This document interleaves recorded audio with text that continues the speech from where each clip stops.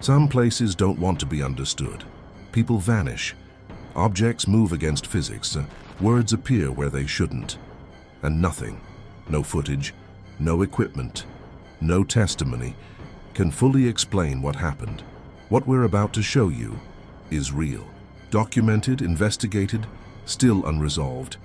There are no jump scares, no special effects, just facts that don't add up, and people who were never seen again. The most disturbing part isn't what was found, it's what wasn't.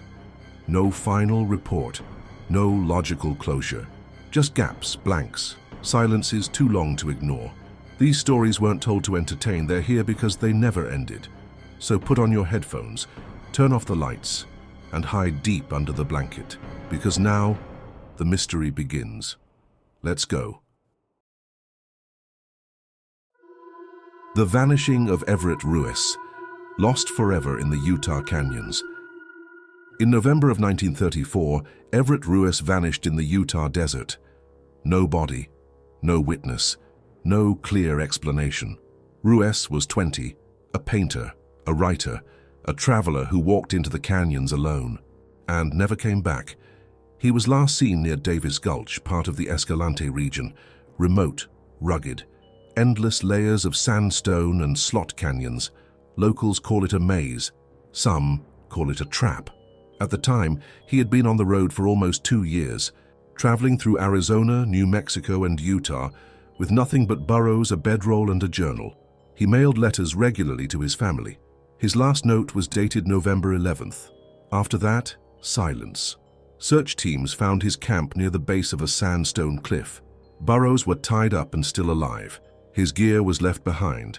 But Everett was gone. There were no signs of a struggle, no blood, no footprints leading out. Only his name, NEMO, carved into the rock nearby. It means no one in Latin. He used it often. Multiple theories emerged. Some believed he was killed, robbed by cattle rustlers or ambushed by locals who didn't like strangers. That theory was backed by early searchers who found no indication he ever left the area willingly. Others believed he fell. The terrain is deceptive. Narrow ledges, loose rock, sudden drops into deep crevices. One misstep, and you're gone. If he did fall into a slot canyon, the body could have been washed away by flash floods. No remains, no trace. A third theory claimed he staged his own disappearance, that he wanted to vanish, start over, live among the Navajo under a new name. It matches his writings. In his letters, he often spoke about wanting to escape modern life. He romanticized isolation, longed to disappear into the wild, but none of these theories have been proven. No body has ever been recovered, and no reliable sighting ever confirmed. In 2009, bones were discovered in a shallow grave near Combe Ridge, not far from the area where Ruess disappeared. DNA analysis initially suggested a match, but further testing disproved it. The remains belong to a Native American man, not Ruess. The question remains, how does someone so experienced simply vanish? Ruess wasn't reckless. He was cautious. He planned. He prepared. He understood the dangers of the desert. He had maps. He had water. He knew the weather. Still, he disappeared, and the desert stayed silent.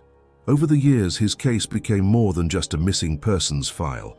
It became a symbol of the West's unforgiving nature, of the fine line between solitude and oblivion.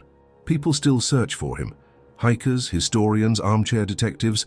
Some believe they'll find a clue he left behind, a scrap of paper, a footprint, a bone. But most don't find anything. The land has a way of hiding what it doesn't want seen. Even with GPS, satellite maps and drones, Davis Gulch remains difficult to navigate. Its sandstone walls bend and fold like a labyrinth. The deeper you go, the harder it is to know where you are. Some areas don't echo. Others feel too still. No birds, no breeze. Just heat and silence. The kind of silence that gets inside you. The kind of silence people don't come back from. Ruess might have been swallowed by the land, or something more human could have ended his story. Either way, we don't know, and maybe we never will. His name is still scratched into the rock. NEMO, no one. But the question remains, did Everett Ruess vanish? Or did he finally become what he always wanted to be? Gone, without a trace.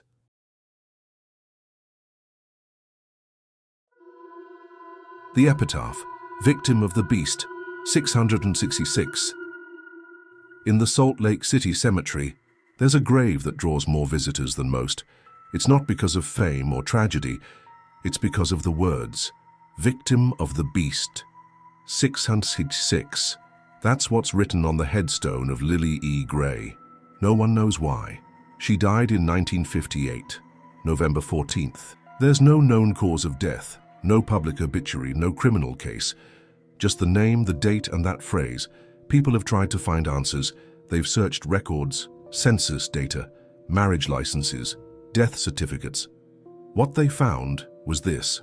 Lily E. Gray was married. Her husband's name was Elmer Gray. According to scattered reports, he was distrustful of the government. Some say paranoid, others say delusional. There's no documentation explaining what happened to Lily, no reports of violence, no autopsy available to the public, no signs she died under suspicious circumstances. But the epitaph suggests otherwise. Victim of the beast. 3 words carved into stone, followed by the number most people associate with evil. Biblical evil. Apocalyptic evil. Some say the beast meant the government, that Elmer saw it as corrupt, dangerous, even demonic.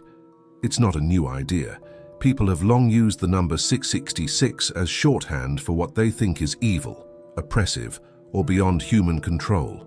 But to put it on a headstone, that's different. Headstones are final, permanent. What you write there is what you want remembered. If Elmer ordered that phrase, he made a choice, a public one, and no one stopped him. The cemetery approved the engraving. The city has no policy against inscriptions, unless they contain profanity or hate speech. Victim of the beast didn't break any rules, but it broke something else. The line between what's normal and what isn't. Visitors stop and stare. They take pictures. They speculate. Was she murdered? Was there abuse? Was her husband warning us? Was it a cry for help? Or a message we weren't meant to understand? There's no way to know. No one came forward after her death to explain the words. No family, no friends, no pastor or funeral director. Just silence. Some think Elmer believed he was being followed, that government agents were watching them, that Lily was targeted. Some go further, claiming she was part of a medical experiment or institutionalized or poisoned. But again, there's no proof, just a name, a date, a phrase. One theory suggests the inscription is a kind of code, that the beast wasn't literal but symbolic. Maybe Elmer lost his wife to illness and blamed the system. Maybe he watched her suffer in a hospital and felt helpless. Maybe he needed someone or something to blame. People do strange things when they grieve, but grief doesn't usually leave behind a puzzle. It doesn't leave behind a phrase that stops people cold. Tour guides include her grave in haunted tours. Online forums debate it. Reddit threads reach nowhere. Even church historians, graveyard archivists, and conspiracy researchers have tried. No one's gotten closer. There are no journal entries from Elmer, no surviving letters, no confessions, nothing. He died years later, alone, buried elsewhere. No one carved a message on his stone. Lily's grave is still visited. People leave coins, flowers, notes. They ask the same question: who was the beast? The truth is, we don't know. And maybe we're not supposed to. Maybe this was never meant to be solved. Just noticed, just remembered. The world is full of small stories that never make the news, but sometimes one word can outlive 1,000. Victim. Who claimed her? What does it mean to write that word in stone? And why would someone want it to be the last thing the world remembers? There's no second name on the headstone, no family name, no verse, no prayer, just a sentence, a warning. Skinwalker Ranch, the epicenter of the unexplainable. In northeastern Utah, there's a stretch of land that no one can explain.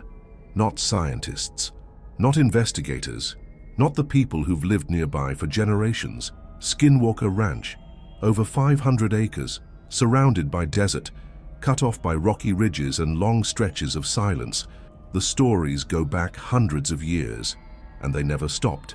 The name came later, In the mid-1990s, a rancher named Terry Sherman and his family reported disturbing events. Cattle mutilated, bright lights in the sky, creatures watching from the tree line. They left within 2 years.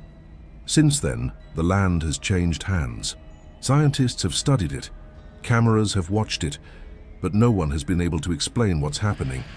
The mutilations are precise, flesh stripped clean, no blood, no signs of struggle. The wounds look surgical, like something removed organs without breaking the skin around them. Orbs of light hover above the fields, sometimes small like baseballs, other times larger, silent, moving against the wind, vanishing into the ground or into the lake. People have seen animals that shouldn't exist. Massive wolves, hairless, humanoid figures with glowing red eyes. Things that stare back, that don't move unless you do. Some witnesses describe voices in the dark, speaking in languages no one recognizes. There are physical effects too.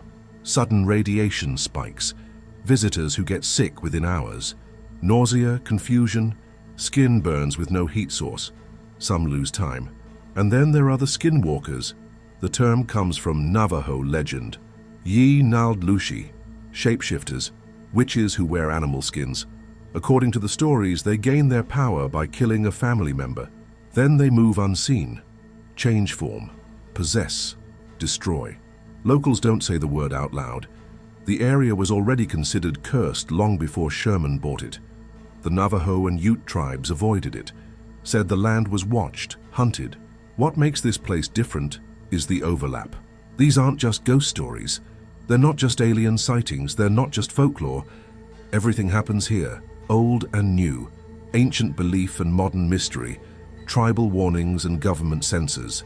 In 2016, Brandon Fugel bought the ranch. He brought in scientists. One of them, Travis Taylor, had experience with aerospace defense. They installed equipment, ran tests, filmed everything. The results? Unclear. The footage shows lights, shadows, cattle killed under impossible conditions, radiation levels that spike without explanation, but no solid proof. The TV show based on the ranch is now in its 5th season. Each episode shows something strange, but the conclusion is always the same. We still don't know. That's what makes it worse. We have evidence, readings, photos, eyewitness accounts, but we don't have answers. That's the real fear, not just what's out there, but the fact that we might never understand it. This isn't a haunted house. It's not a spaceship crash site. It's not a legend passed down through campfire stories. It's a real place, with coordinates, with owners, with guards and gates and legal boundaries, and still no one can say what's causing this. Some say it's all fake, a publicity stunt. Others believe it's a government cover-up, a testing site, or worse, a containment zone. But even the skeptics admit something's wrong here. Too many people have seen too much for too long, and too little has been explained. Skinwalker Ranch isn't just one mystery. It's all of them, in one place, at the same time.